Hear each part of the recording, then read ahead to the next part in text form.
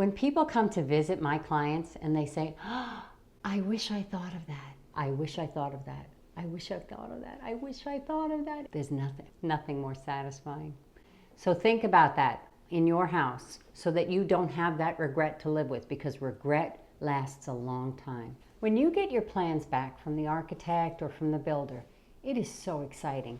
All your hopes and dreams right there on paper, but it's just the starting line. In order to make sure that the plans work for you, you have to go through them with a fine-tooth comb and check, because I can tell you from years of experience, it's very rare. No, it's non-existent that someone is going to know what you need and put that on paper in the first try. So you've got to go through that, because there's mistakes, there's changes you've made in what you've been thinking about that you have to check against what's in the plans, because the contractor is going to build off the plans. So if you've changed your mind and you don't want that 6-foot tub anymore and it's still showing on the plans, that's a big deal. So you need to go through and check what's in there versus what you want and make sure that they align. Now, how do you know if they're right? They look fancy, huh? But that doesn't mean that they're correct, just because there's lots of dimensions and lines and things you don't understand. You want to take a drafting class? Anyone? Anyone? I can guarantee. Anyone? Anyone? There is nothing more boring. The Great Depression. Maybe watching paint dry, but that's about it. Drafting 101, a lot of that is a bunch of nonsense that doesn't affect you, or it's standardized stuff that is thrown in every set of plans, and it's just complicating what you need to see and verify.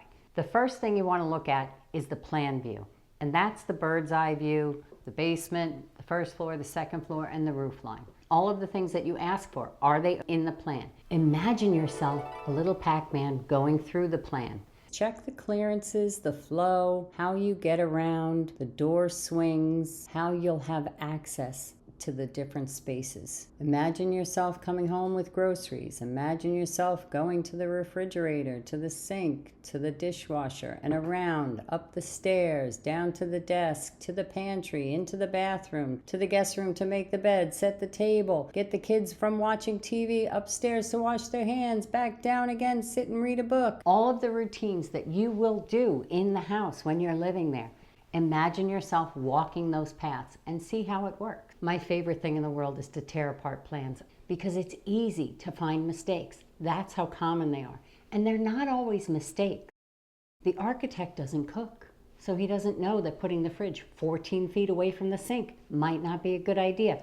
Those kinds of mistakes too, you need to look for. The second page that's going to be really important are the elevations page, and that's the vertical view. That's going to tell you what the house looks like, what style, what size, and where the windows and doors are located. So it's going to tell you what the house looks like. If it looks funny because you got this little window floating out in the middle of nowhere, the elevations are going to tell you that.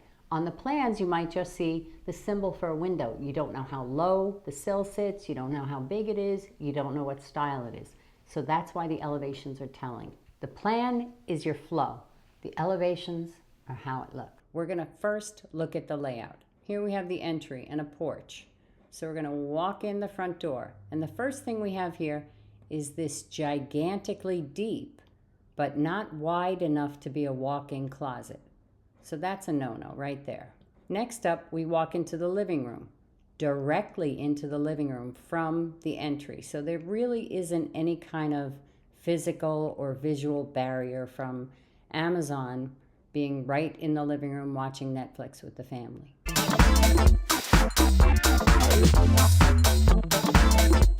As you're walking through the space, imagine the traffic flow. So when I get to here, this is an island. There's going to be seats here.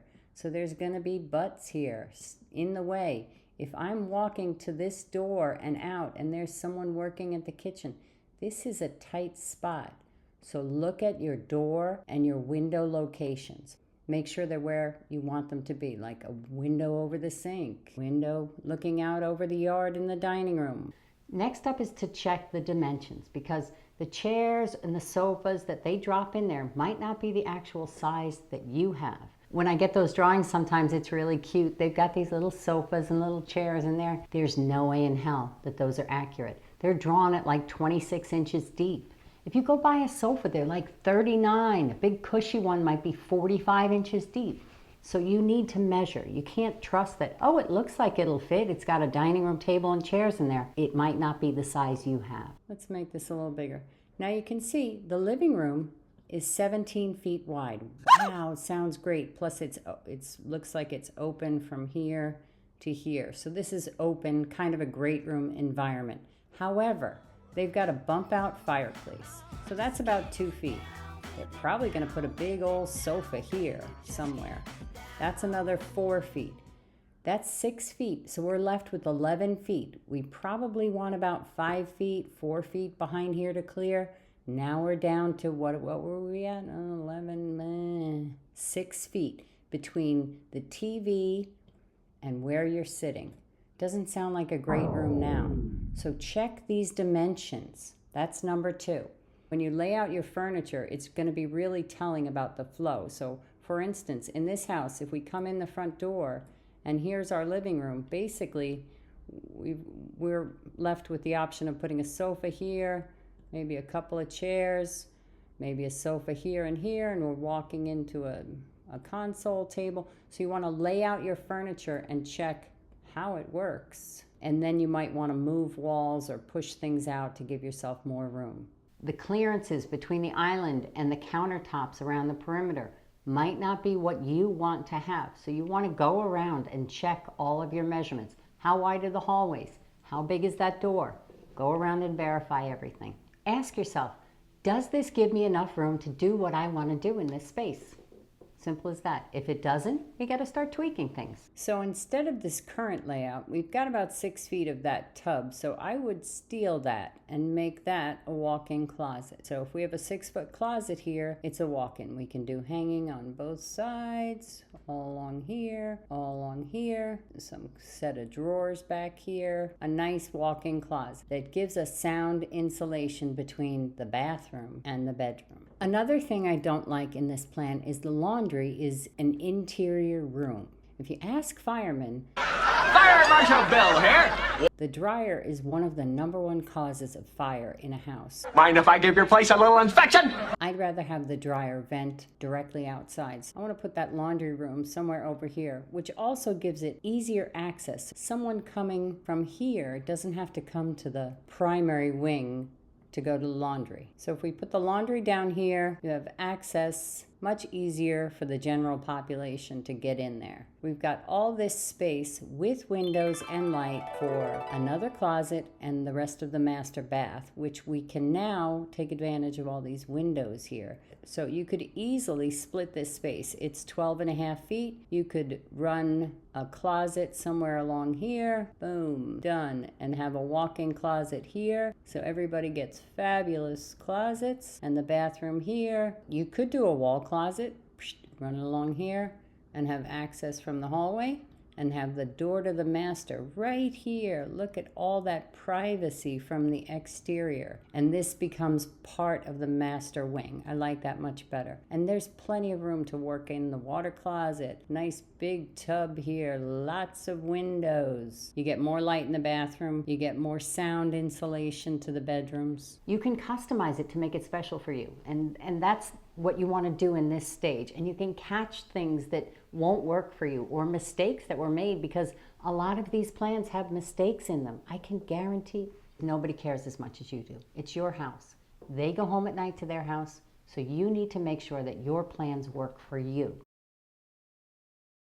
You want to pay attention to the window and door schedule, and in that you're going to see the sizes, the types of windows, any other information that might go with it, hardware, that kind of stuff. So that information is in the plans.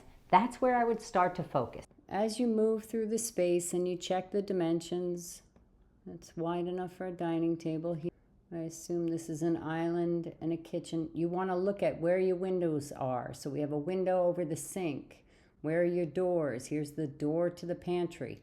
Not centered, so I can't store anything back here. If we just move this over, we can get storage on both sides of the door.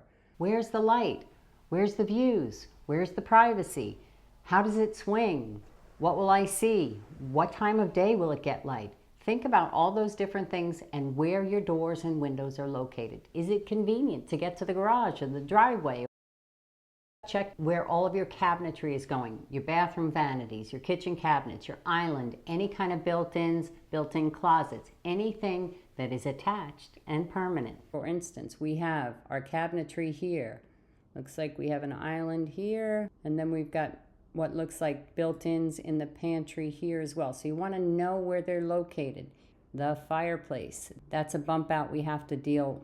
Next up is your furniture placement. So take those plans and start to draw your actual furniture or the furniture that you hope to buy for this new house on the plan. When you draw it in there, then you can see how it lays out. Oh, this window's in a bad spot. I can't put the sofa there. I have no room for the TV. I don't have a wall because of all this open concept nonsense. Where am I going to put it? You might have to do some rearranging once you start to think about how your furniture is going to lay out. One last thing when I look at these plans is the window placement in the primary bedroom. So you see they've got windows right here, here, and over here we've got windows and a door to the patio. So what is going to happen is you're going to try and put a bed here in front of the window. Oh no, that doesn't work.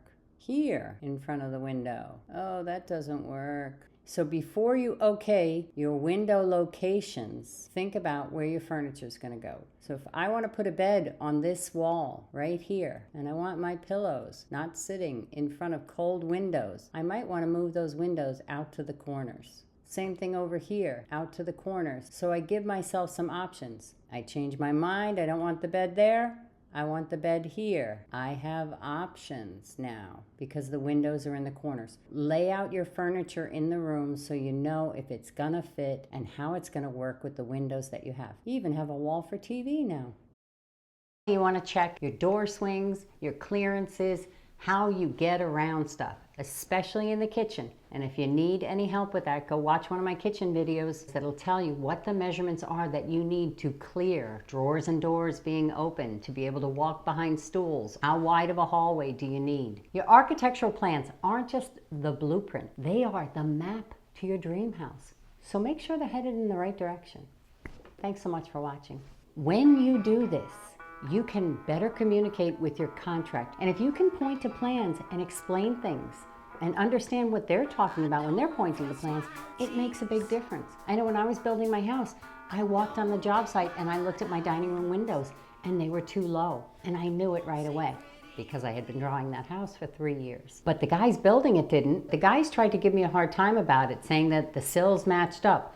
And I pulled out the plans, and right there on the plans was the height above the finished floor.